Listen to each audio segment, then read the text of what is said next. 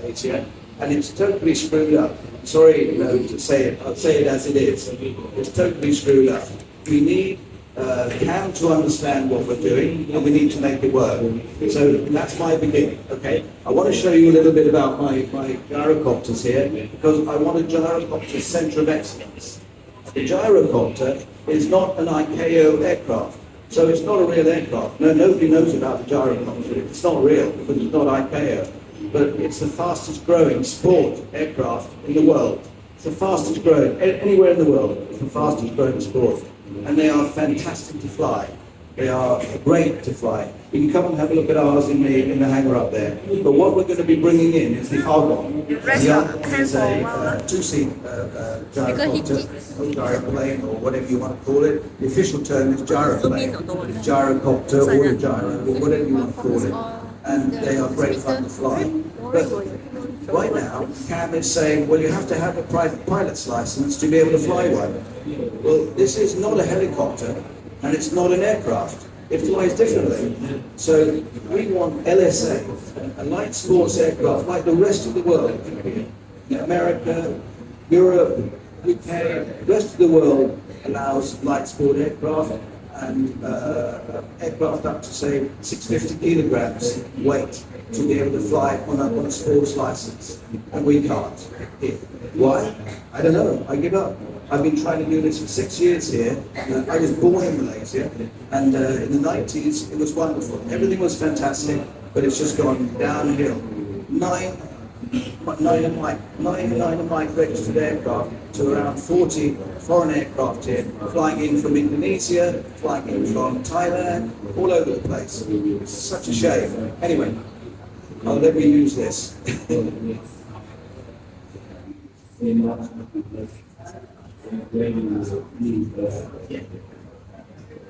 So, my gyroplanes, these are fantastic. It's called the Argon, and made in Poland. The vision, as I've already said, is to establish a regulated sport aircraft operations here in Malaysia, so that we can have a great industry, we can all fly, we can do it, we can do what we want to do, we can fly. I want to fly. Since I've been back in Malaysia, which has been about 8 years, I've done 0 hours flying myself, because of legislation, because of compliance, because of bureaucracy, because of everything. And I want to fly. My colleagues all have the same problem. We all want to fly, and it's sort of all borderline, you know. But under LSA, under the Malaysian Sports Aircraft Federation, we can do this.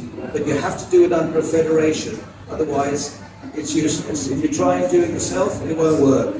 You know, it won't work. You've got to do it under a federation. So, what is a gyroplane? It's not a helicopter. That's the first thing. The blades are not actually powered. It's pushed through the air, and the basis of this is that the Rotax engine powers it, and it operates through forward thrust, giving lift. And so VIP utility. I also had a video on here, but we don't have time for the video.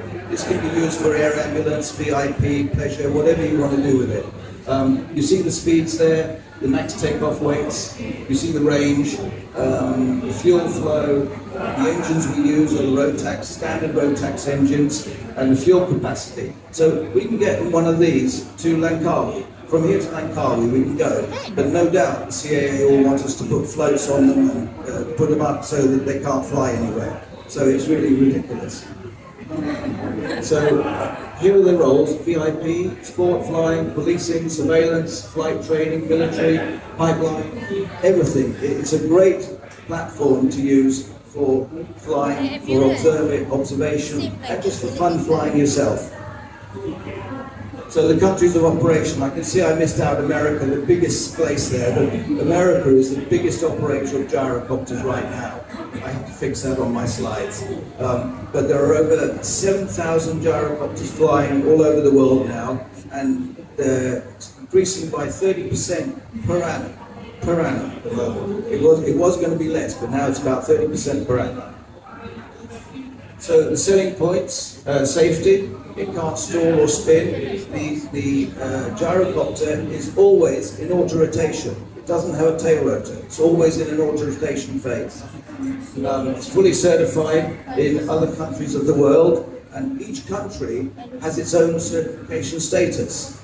Unlike Malaysia, which doesn't understand this level of aviation yet, which is really unfortunate. And it just shows, because we've got nobody from CAM here who should be interested in this. Nobody. It's such a shame. It's operational in most countries in the world. We're putting an electric engine on them now, so soon they'll be electrified, and we're going to have hybrid. So it's developed the whole program. Low operational costs, side-by-side trading, and about 130,000 euros to buy. So what we've got, we're bringing a program of manufacturing and assembly into Malaysia starting in November, and it's going to take over a period of time up to 27, 28. By 2028, we reckon on having 255 in country, and in 2025, was it? We're on 2025, I'm expecting to have about 155 in country. So Like we've been doing with the Robinson helicopter here, we've been selling the Robinson helicopter very well, and we're going to do the same with the gyroplane, as long as we can get CAM to sort it out. Benefits to Malaysia. Well, I don't have to read all this. Benefits to Malaysia is just common sense. It's assembly, manufacturing, developing pilots, developing youngsters to be able to fly these type of airplanes in a low-cost way. So it all helps. It helps the whole thing. And I guess the next one is the development of electric-powered aircraft, is like I said. So I think that's about it. Hello.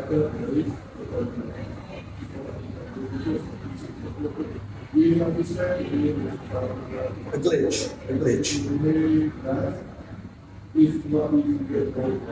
So here I had a wonderful video, a fantastic video, but I can't put it on at the moment. So we'll have to try and get that sorted later on, if anybody's around later. So the end of it is, this is my company, Aerospace Solutions.